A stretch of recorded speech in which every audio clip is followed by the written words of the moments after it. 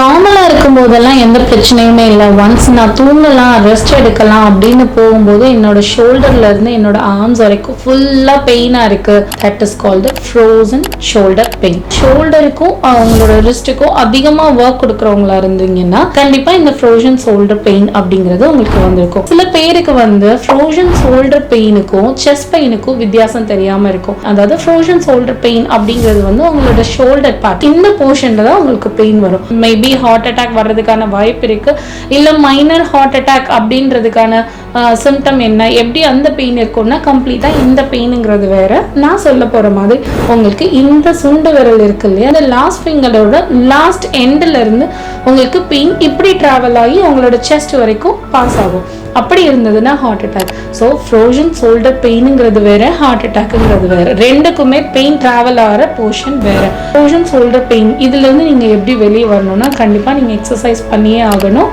நிறைய எக்ஸசைஸ் இருக்கு உங்களோட ஷோல்டரோட பெயினோட ரிலீஃப்க்கு. அண்ட் ஆப்வியஸ்லி கப்பிங்ல பாத்தீங்கன்னா நம்ம try cupping and massage cupping நம்ம கொடுத்துட்டு இருக்கோம்.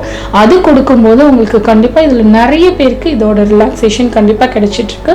ஸோ டோன்ட் வெரி, நீங்க ஃப்ரோசன் ஷோல்டர் பெயினுக்கும் ஹார்ட் அட்டாக்கும் டிஃபரன்ஸ் தெரிஞ்சுக்கிட்டீங்கன்னா ஈஸியா நீங்களும் சரி உங்களை சுத்தி இருக்கிறவங்களுக்கும் சரி நல்ல ஒரு ஹெல்ப்ஃபுல்லா இருக்கும். இது மாதிரியான பெயினுக்கு டிஃபரன்ஸ் தெரியல அப்படின்னு உங்களுக்கு ஏதாவது டவுட் இருந்ததுன்னா கமெண்ட் பண்ணுங்க.